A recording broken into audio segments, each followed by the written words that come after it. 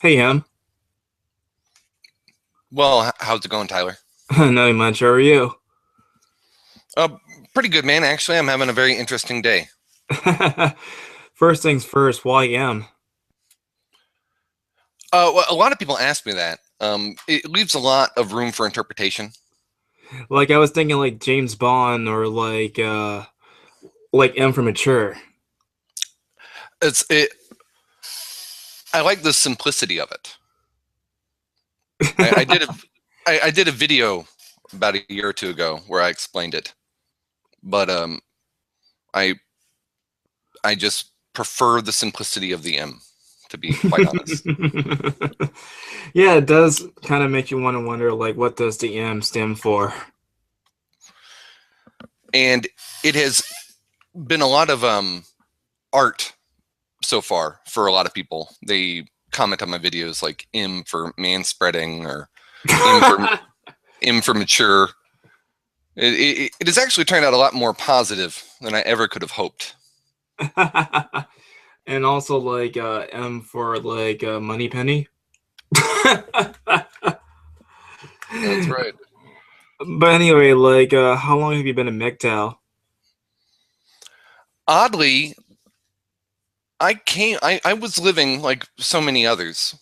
Um, I was living a MGTOW lifestyle for at least a year or two. I was actually came to the red pill realization before I even knew about MGTOW. It's really weird. Hmm. So I would say I've been a MGTOW since probably about 2010, but I really didn't learn about it until about 2012. To answer your question, Okay. All right, so it's like you were a MGTOW before you knew you were MGTOW. right? Well, it's a pretty harsh realization for a lot of guys, and a lot of guys come to the red pill realization, so to speak. They get pulled out of the matrix, so to speak, before they even realize what's going on.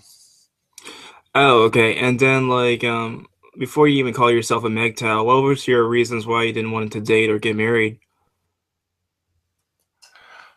Okay, well, I guess using sort of manosphere terminology, when I was in the blue pill, I didn't want to get married ever because I felt one, it was an unnecessary religious obligation. Two, I personally didn't want the government involved in any relationship I've ever had. And three, it seemed like a fundamental violation of what I was raised to believe, which is what happens behind closed doors is no one's business. It was only when I got older that I learned that there were all these sort of legal rights and obligations attached to the marriage license that I start to understand why anyone would want to get married. But ultimately, to me, if I was going to live with a woman or have children with a woman, I never needed a religious or governmental certificate to engage in such activity. It seemed like an unnecessary obligation. Yeah, in other words, it basically you don't need to have like a wedding to actually be with somebody to love them and care for them or to provide for them. Right, and that was my blue pill understanding. My red pill understanding now is that, yeah, marriage is essentially an exchange of property, which is ironically what the feminists say. And it's kind of funny because like I heard a lot of different stories where men happen to get separated and then the wife actually take their whole entire house and property. Yeah, I've seen it too many times. And some insane stuff happened. I was thinking about this guy just the other day. He had three daughters with a woman. He claimed to be like a Presbyterian or a Methodist or something. He was really religious. He ran for Republican office of a Congress seat in his old state. I won't give too much information away, but he had a decent amount of cash. Now he had a pension and all that stuff. You know, he was old, like 60, and his mother was terminally ill. She had to move in with him. The third daughter, his youngest daughter, was junior or senior in high school, and his wife just leaves. She and Wow.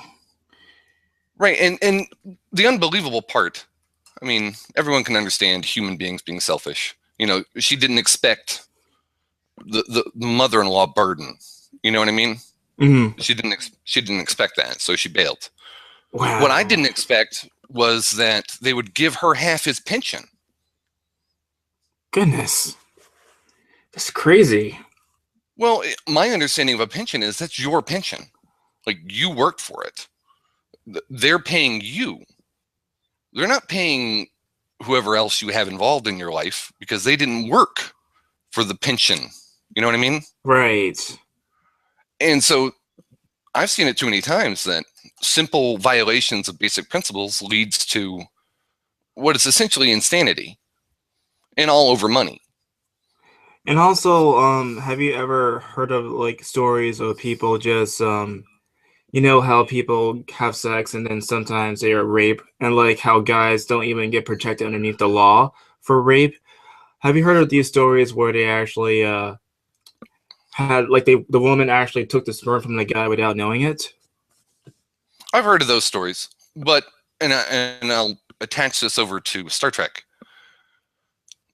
The accusation alone, the Star Trek series has had, or the Star Trek franchise has had at least 2 or 3 different episodes on this idea that the accusation alone is ruinous. And so I think it only really became a problem when women as a group caught on to the idea that they could just lie. Now, you're talking specifically about sperm jacking. It's a complex issue and essentially goes over into children and abortion, essentially, like a woman's choice, her body, her choice. Right. Whether or not how she acquired the sperm is sort of immaterial. It's her kid. She should pay for it. But on the other more grand issue is that, yes, apparently in society, women can just lie about the most horrible things. And there's a whole system that will co-sign on their, accusation. And that is, quite frankly, well, unacceptable. Right, like there are different stories in college campuses where the woman accuses the guy for raping them, and then there's no proof of it whatsoever, and the guy still gets in trouble because of the word of what she said. Right. Like that, like the one from the UVA, for example, or like Duke lacrosse. Correct. No, and it violates the fundamental basic principle of innocent until proven guilty. The moment someone makes an accusation, you're supposed to not believe it. You're supposed to investigate it. You're supposed to take it serious, but you're supposed to approach that accusation from the premise that it is false. Kind of like how scientists go into investigating anything. But what's happened is people go, why would they lie? Well, you should be asking the question, why wouldn't they?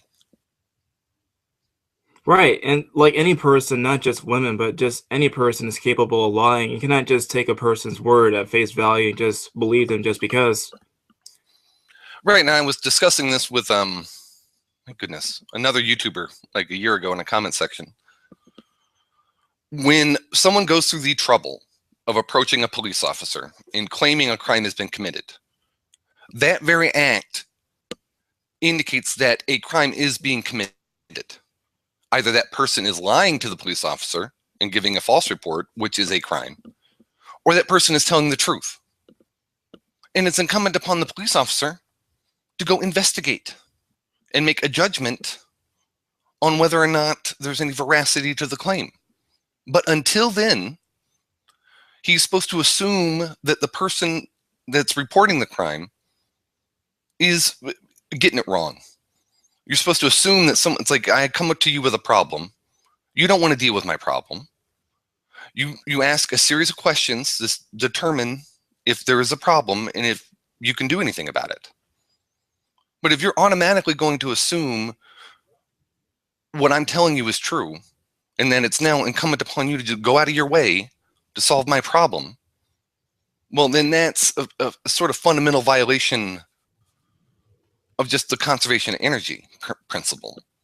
I'm not supposed to go out of my way to help you. Why?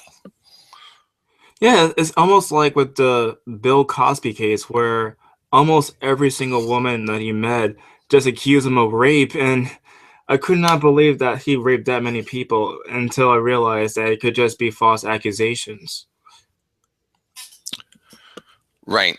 And whenever sex and money are involved, you can be sure that there's a grand incentive.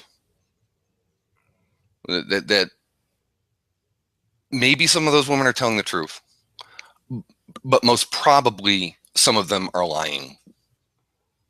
Oh yeah, like if a person is as rich as Bill Cosby, there's no way in the world that they would probably not try to get some money from him.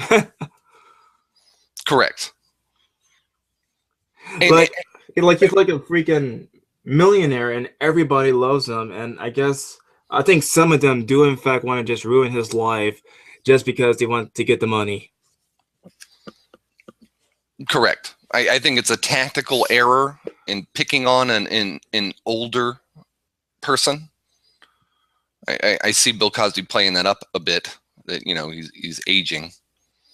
He's obviously overacting on his sort of the walk to and from the cop car or whatever. He's obviously playing that angle up. He knows what he's doing. But where he screwed up in the past was he admitted to something about well, maybe not selling drugs, but sort of giving drugs to women and then having sex with them. Which, if anyone knows anything about drugs and sex, that's sort of how that exchange happens. You know what I mean? Right, like what kind of person not have sex and didn't have drugs before sex? Well, I mean, a lot of people. I mean, I know you're joking, but I'm just saying, like, if drugs and sex are going to be involved in an exchange, 95% of the time, what's going on is you give the drugs and then the sex happens. Right. Right. But like even like if he was to give the drugs to the women, like maybe they have already consented to the drugs before they had the sex. Right. Well, that's my point. Is that he admitted to something at the time which he thought was perfectly harmless, until certain people, predominantly women, learned how to reframe it. It's like, oh, you gave them drugs? How dare you, you rapist? That's right. No, I've picked up on this trick in the last year or two myself, reframing. That's why feminists call it controlling the narrative, and PUAs call it controlling the frame or reframing. And they both use it to their own ends. But essentially, that's what some of these women that are accusing Bill Cosby have done. They go, oh, wow, I remember being attracted to Bill Cosby because he's, rich and famous, blah, blah, blah, and he's funny. And I remember having sex with him. Oh, my God, I remember he gave me drugs, too. Wait, hold on. Wait, hold on. Can I get some money out of this now? By just saying, well, he drugged me first and then we had sex? It goes to the whole feminist thing about controlling culture and reframing consent. Right, like if a person in California, for example, were to have sex under that affirmative consent law, they have to say yes throughout the entire time. Otherwise, they'll be rapists. Correct. It's absurd. Right, it's just they try to make anything to be rape. Like they say, like steer rape, or or looking at a person like walking and say hello, beautiful. That's rape. Just any kind of thing to interact with a girl is like rape now. Yeah, it's really scary. And I can see why a lot of people don't want to date anymore because of that kind of environment and culture right now. Because it's just too much risk behind it. Correct. And that's what they want. And speaking of which, like, I noticed that you were commenting throughout my stream with Dean and Hannah about like the religious stuff. Like, what are your thoughts about that? What about religion? Yeah. Okay. Well, okay, I was thinking about this earlier too. Well, no, thanks for bringing it up. Okay, I'm an American, so I believe in freedom of religion, and they address this very short into Thomas Jefferson's term. Like when Thomas Jefferson was president, he had to address this issue with Protestants and Catholics, right? Under the Protestant view, religion happens in your head. Okay, it's in your head. It's something you believe. It's something we can't really see, right? Okay, so it's sort of an immaterial thought, immaterial belief, right? But Catholics like to go out and display. They like to act out the religion. Okay, at the time, Thomas Jefferson was dealing with the idea that Protestants didn't like seeing Catholics. It's sort of it's like a Jehovah's Witnesses knocking at your door. I don't like to be reminded that there's other belief systems out there, because my belief system happens in my head. And I keep to my own business. I keep my personal business to myself. Well, Thomas Jefferson had to decide whether or not he was going to allow, like, does freedom of religion extend beyond belief? Does it go into action? Right. And so, yes, there's a certain amount of religious action we allow in this country. Fair enough. As long as it doesn't hurt anyone else, who cares, right? Voodoo, the sacrifice of livestock that voodoo advocates for, is prohibited under other civil laws, under common law. It's not prohibited because it's an expression of religion. It's prohibited because it's a public health hazard to have unlicensed people just killing animals, in cities. You know what I mean? So it's not really a freedom of religion issue. It's a public health issue. But that sort of is the dichotomy. How far does religious expression affect others? It kind of already does through the government and people trying to implement the Ten Commandments. Again, that's a thought. It's a thought idea, not an action. You can't really regulate thoughts. It's right. Prohibited. Right, okay? And so as far as my idea about religion, and I've been this way for a long time. There was a British comedian Jimmy Carr. Jimmy Carr is sort of like my belief system. He's an anti-theist. I believe religion's a bad idea. It leads to bad actions, right? It doesn't matter what's going on in your head. It doesn't matter what's going on in my head. My personal belief about God is immaterial, right? What you have to judge me on are my actions. What matters to you is what I do. Ergo, what matters to me is what you do. So believe whatever you want. Just don't do whatever you want. Now, to the end of reducing things like murder, suicide, genocide, rape, assault, robbery, yada, yada, yada. I think one of the best things we could do is get rid of the idea of religion. And since we can't really get rid of ideas, just get rid of religion. I'm an anti-theist. I could tell. I don't know. It's kind of impossible to just get rid of churches and mosques and different religious buildings just overnight, though, considering that there are so many followers that do partake in those religions. Well, yeah, true, but it's happening. Right, there's a lot of people, a lot of atheists who used to be religious, like myself, who later deconverted over time. So I guess the current culture right now, since the left have already won in regards to the culture wars, more and more people are becoming less religious.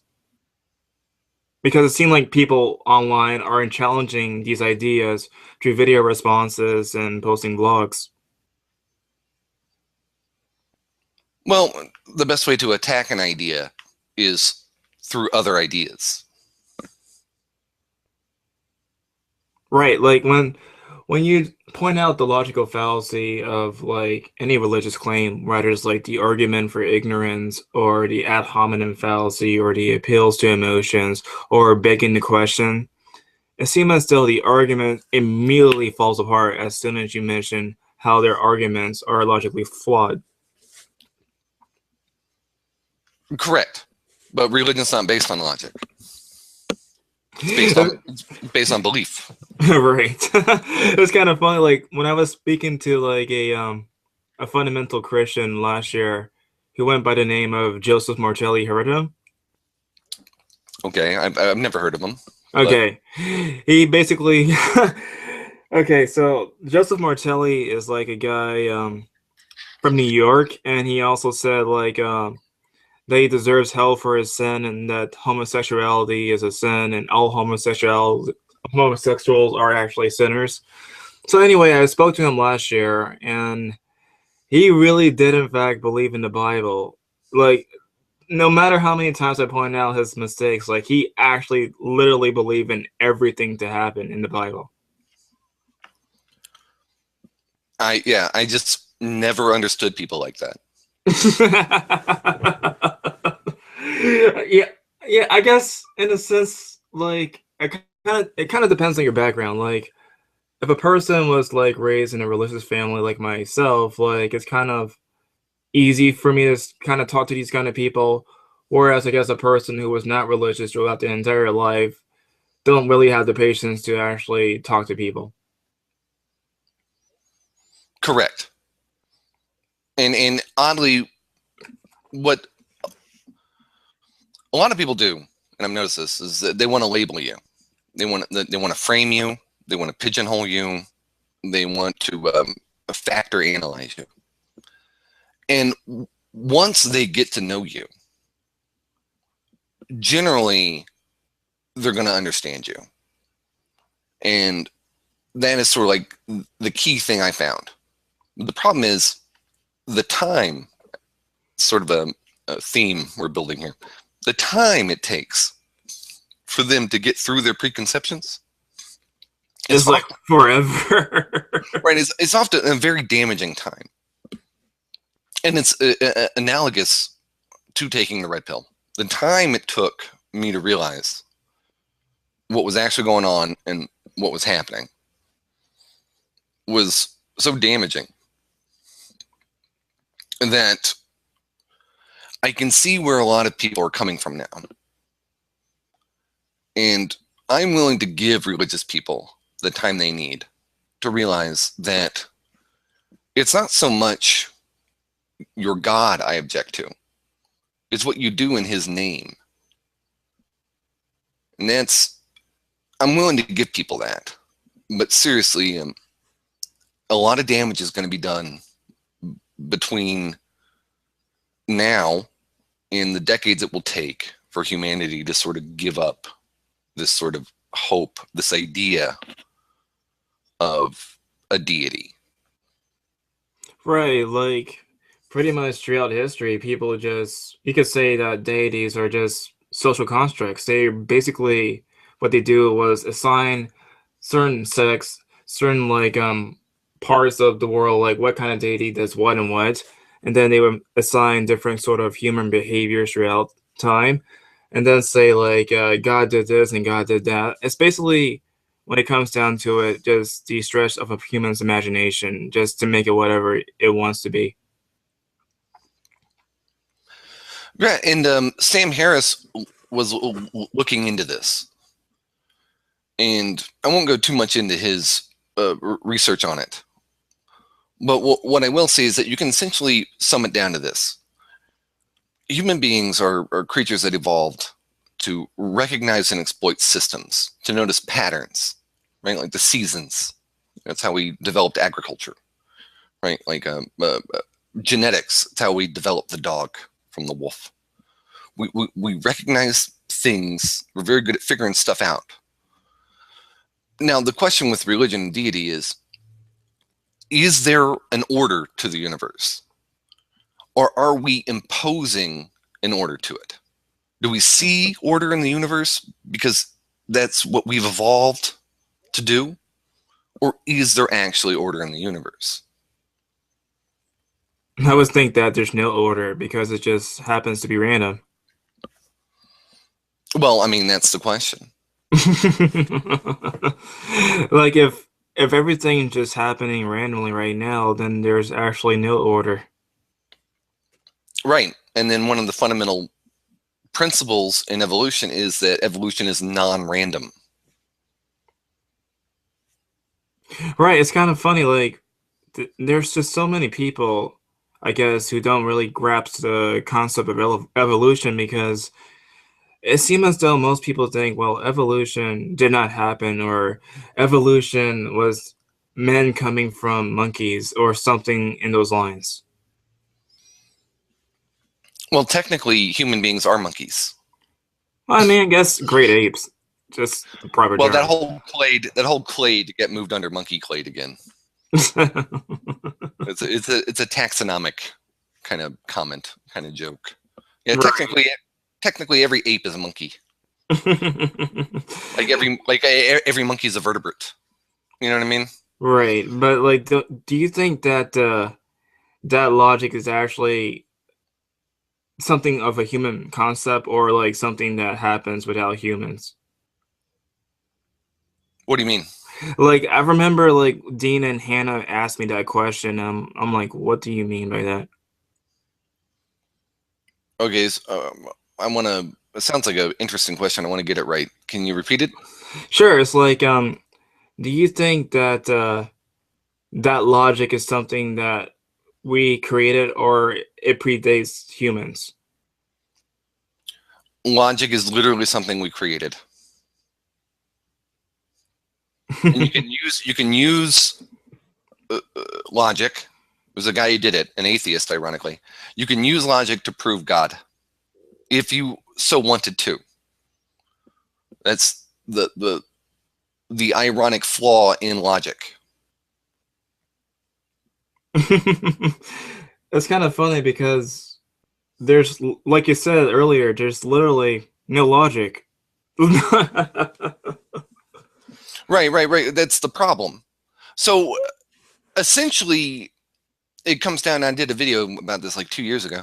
Essentially, it comes down to type 1 and type 2 error, right? And type 2 error is failing to find something that is there to find, right? Okay. So there may be a God, and we just haven't found him. Yes, there may be a God. Essentially, though, it seems like an immaterial issue, right? The absence of evidence is not the evidence of absence. Fine, fair enough. I will say this puts God in an awkward position, sort of like an internet troll. God, the greatest internet troll of all time. If God did exist and God did wish to be worshipped, why wouldn't he give us verifiable proof of his existence? Right? Puts him in an awkward position. And it also does not help that the believers give God so many elaborate claims, like making a humongous flood, or like Jonah and the giant whale, or like the Tower of Babel, or Sodom and Gomorrah, and Jesus' resurrection. Right. No, I mean, This I is constantly, basically. I'm I sorry, you can go first. no, I constantly find myself overthinking their position. Yes, a lot of people just believe what they're told and they identify with it. That's part of their identity. And they hold on to it very tightly because that's who they are. So maybe I'm just overthinking it. But yeah, the deep philosophical question will never be answered. It seems like an immaterial thing. Um, Once you point that out to most religious people, and once you start tell them to judge themselves and others by actions, they pretty much, sort of drop the issue.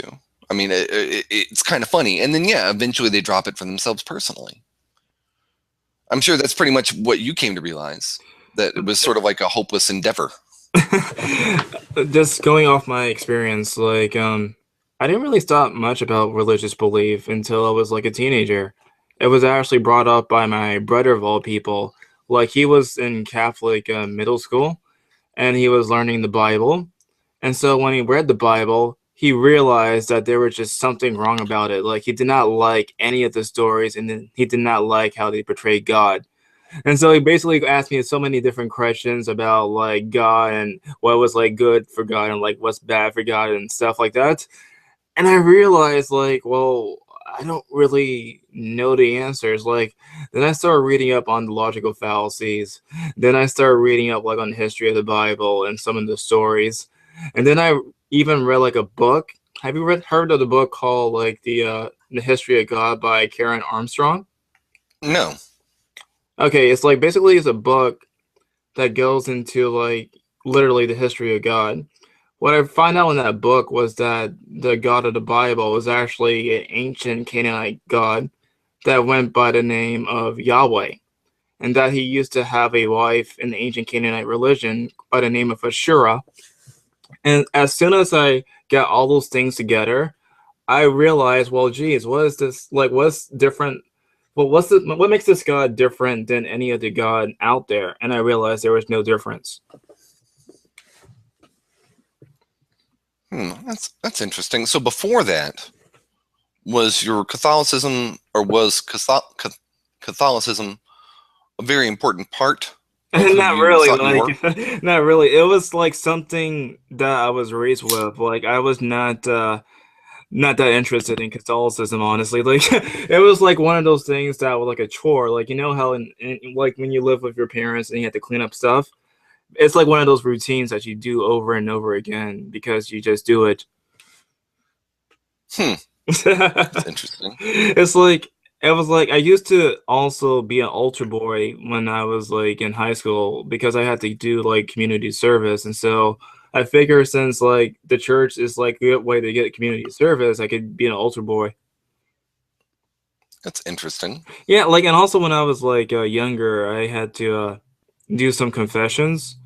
And then like you know how in Catholicism like there's a guy behind the box and you have to talk to the guy?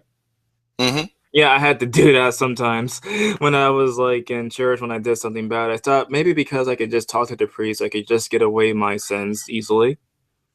And I realized it's not that easy because once you do something bad, it just sticks with you and your reputation can reflect what you have done in the past. That's very interesting. No, no, no, no. I mean, well, there is some validity to talk therapy, getting it out, right? Holding in a secret. They found that it's not so much what a person does or what a person has done to them. It's the keeping it secret that does most of the psychological damage. So that's sort of like the fundamental therapeutic effect of confession, right? You just told someone, you spoke it, and that person's sort of sworn to secrecy. You know what I mean? Great. Whether or not that actually happens is another issue, but that's where confession comes from. Um, but what you're saying is interesting, and brings up one of the reasons for religion. You mentioned reputation. Yeah, that's religion is there fundamentally to make certain people believe that there's an all-seeing eye, there's an all-seeing God. You know, Sauron the benevolent, and that you can't get away with anything. Right, That like whatever. basically I noticed like as soon as I dropped the God belief, I realized that I have much more responsibilities now. That every single action that I take actually will impact the like my community and everybody around it. Well, that's interesting. Okay, so instead of, so you sort of viewed it as being held accountable to a higher authority, and now you realize you're only held accountable to yourself. Yes. Oh, that's a very healthy perspective to have. Right, like I noticed like every single time I do something, I know that there might be an outcome for it, whether it's good or bad, thanks to me dropping off the God belief. That is probably a healthy message. Like I notice like people who have a belief in God, they don't really take full responsibility of what they do. Like they will blame it on Satan for things that they have done bad. And then when it's something that is good, like they'll blame God for everything good. Well, fundamental attribution error. Yeah. Okay. No, this is, you're you're actually turning out to be a very interesting person. Okay. No, I'm actually going to use that from now on. The whole, holding yourself accountable, being accountable to yourself, not to God, because that's actually a good thought. No, no, people rationalize and justify, let's say, flying planes in the buildings. There's like no justification for that. Zero. Well, that's what they did on 9/11, right? Right. They said we're going to fly planes in the buildings because God, right? Because that's what God wants. That's an extreme example, but you're right. On a more personal level, I think people sort of say, oh, God would judge you a bad person, so I can do bad things to you because my God doesn't approve of you. Right. It's like if their holy text says that God wants them to kill somebody, they'll do it because it's God. It was like in the story of, Abraham, like basically when God told Abraham to go to kill his son, and then at the last minute he told him not to kill his son. Basically, you hear stories like this all the time in the media where there's like crazy people who attempt to kill their own offsprings because they thought they heard God. And they don't really take any kind of accountability when they start doing their actions. That is a good take on that story. No, that's a very upfront view of it. I never thought of it that way. Yeah, it's basically like when you hear people hearing God and want to start to kill people, it's pretty much the modern day equivalent of the Abraham story. That's right. On its face, it's insane. on its face. Well, no, I mean it's delusion in the DSM-4, even 5, I think. Delusion is defined as a strongly held personal belief that is not supported by fact. Therefore, yes, a belief in God is literally a mental illness. Oh man, like you're gonna probably alienate some of my religious viewers now. Well, look, that's your personal belief. Yeah, like I have no problem with mentally ill people. I mean, hey, believe whatever crazy crap you want, as long as you don't do whatever crazy crap you want. Somebody have a question for you. Like someone asked, why do you support the PUA? Wait, why do I support the PUA? Yeah, like someone named anti-PUA asked you that. Okay, well, there's a lot of reasons for it. Well, primarily they're men. Their men may be going about something the wrong way. Um, uh, a lot of what they claim is backed up by research. A lot of it works. Their end goal, I may not approve of, but honestly, it's their life. They can do whatever they want with it. And they are giving women what they want. And that can only honestly serve ultimately our ends. They're just pumping and dumping their way to our victory. There will be nothing but, by the time the single mom population hits 2/3 to 80%, these women will know that they have gone down the wrong path. Yeah, PAs ultimately can only help the end goal. And they're doing it by giving women what they want. And then on a more personal self-help level, there's nothing wrong with, telling men to dress better, dress for the job you want, not the job you have. There's nothing wrong with telling men to work out. Nothing wrong with telling men to take on a more appropriate, healthy posture. There's nothing wrong with really anything in what the PUAs say. I just object to their end goal. But that's their business, not my business. Oh, and YobiX says hi to you. Oh, hi. Like, I'm kind of curious, like, what do you think about the people who are against MGTOW? I don't understand it. Well, we wanted to grow. And when MGTOW grew, it got some people that maybe we don't like. That's fine. It happens to every sort of group, every label. I don't understand why people would be anti-MGTOW. I don't understand that. Yeah, that's a good question for YobiX once we're done. Yeah, But I would imagine it's just people being against men accepting just themselves, like just whatever you're doing. I would imagine it's people who think MGTOW is about anything other than self-actualization, right? And really, the only defining factor about any MGTOW, and we've all agreed on, is that you're not married. That you're not married, and you're sort of committed to the idea of living your life without the government involved with it. Sure, you're going to have to pay your taxes. Sure, you're going to have to vote, do all that other stuff. But essentially, you're just committed to not pairing up with another human being, legally speaking. It's just like self-reliance. Right. I mean, how could anyone be against that? I know this is analogous to what feminists say. Like, feminists say feminism about equality. How can anyone be against that?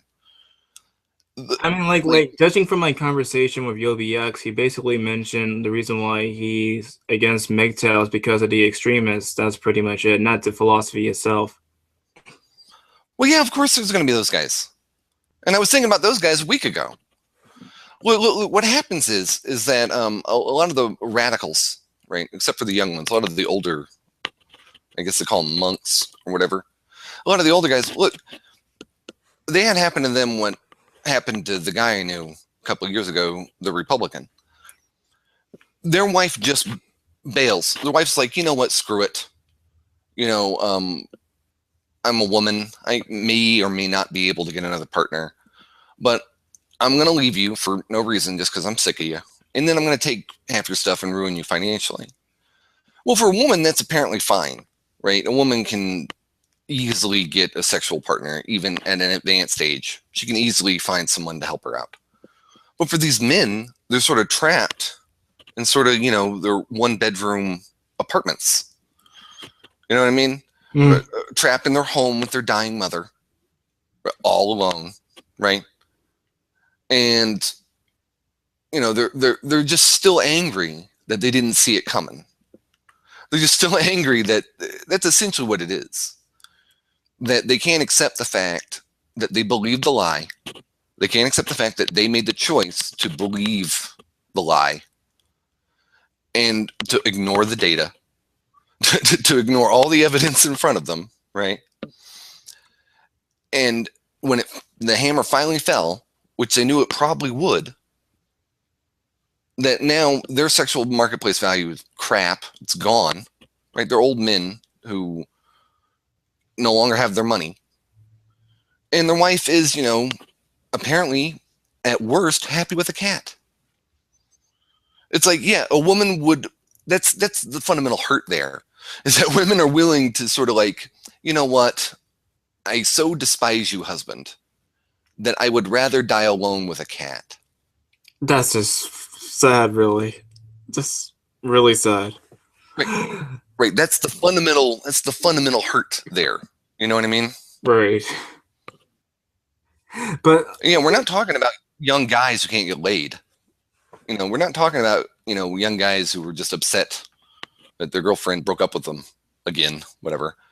The guys who I see that are persistently radical are guys that just are very upset that another human being that they loved and trusted would make such a choice. And then on the way out, sort of just ruin them financially. like, what do you think about people like Traversable MGTOW? He's fine. I used to sub to him. I used to love him. And he still says some good stuff. It's just, it's just a little angry. Like, do you agree with his statement that he was like stronger, wiser, and more intelligent because he's a man, and only because he's a man? Stronger, wiser. Well, I think I remember that statement. I think maybe that was a bit excessive. I think I remember what video you're talking about. Yeah, he did one where he said he was like stronger and wiser because he's a man. Right. Well, that I think I get where you're going with this. I'm not gonna throw him under the bus. I'll back out of this one, referring to bell curves, population distributions, and saying that yes, generally speaking, most men are stronger than women. Generally speaking, most men are wiser than women, smarter, whatever. Yeah, that's a statement that is supported by by fact. I know it's like testing you, but I didn't really get that vibe. Like I already know that men in general are smarter and stronger. I don't have any doubt about it. It's just I guess the way he came out and made that video, it seemed as though he's saying, well, because he's a man, and solely because he's a man, that he's smarter and wiser than all women out there. that that statement probably isn't true. I'd be willing to bet money that that statement's not true. Is he smarter than wiser than most women out there? Probably. Yeah. Like, what do you think about the concept of not all women are like that?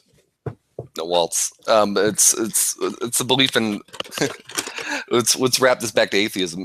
That's a belief in the waltz. Is like a belief in God. Why would you say that? Oh, well, because just in general, it's not just a female condition. It's a human condition. In general, people just get sick of each other. And you'll find any reason, any shortcoming to rationalize and justify moving on. Noel, eventually she'll walk away from you. Eventually she will. Whatever her reasons are immaterial, because it's not about her reasons, it's about her feelings. And human beings weren't really meant or didn't evolve to live this long. I mean, you were lucky if you made it long enough to see 3 kids, Right, like I believe like the oldest like in the past was 40 or perhaps 50 Right. And when do most marriages fall apart? during that time. Yeah. Eventually all women are like that. But the issue is the damage they can do when they choose to leave. Like that's I mean, would you say like is it fair to say that every person have a potential to just screw somebody's life over, not just women? right, but they make it so much easier for women. Right, like I don't have any doubts because I'm a men's rights activist myself, but don't you think like like with the religious arguments that they have fallacies, right?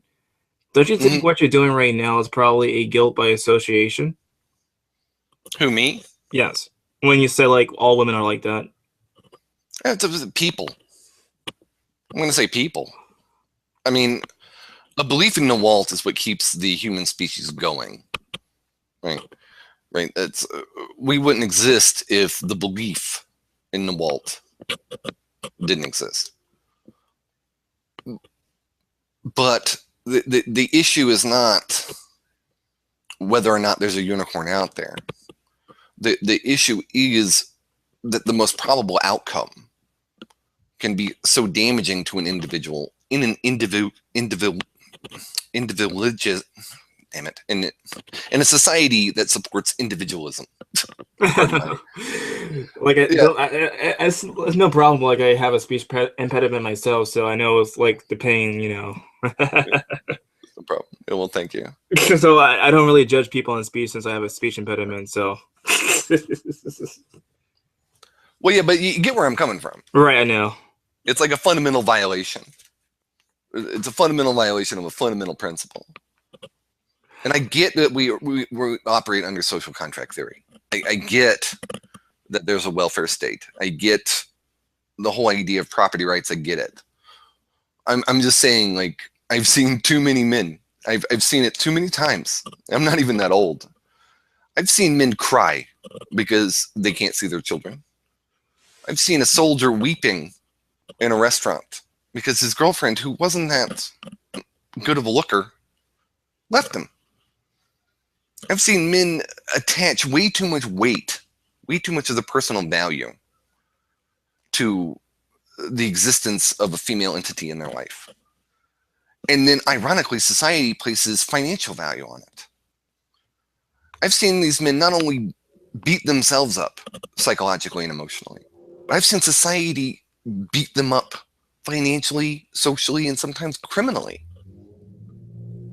All because of another human being, an entity, a woman, who has full agency, full claim on the ability to think and act for her own self, all because she chose to leave. Yeah, it is Yeah, so basically fundamentally you're saying that all women, and I don't have any doubt of this either, but like you're saying that all women have potential to be dangerous. right.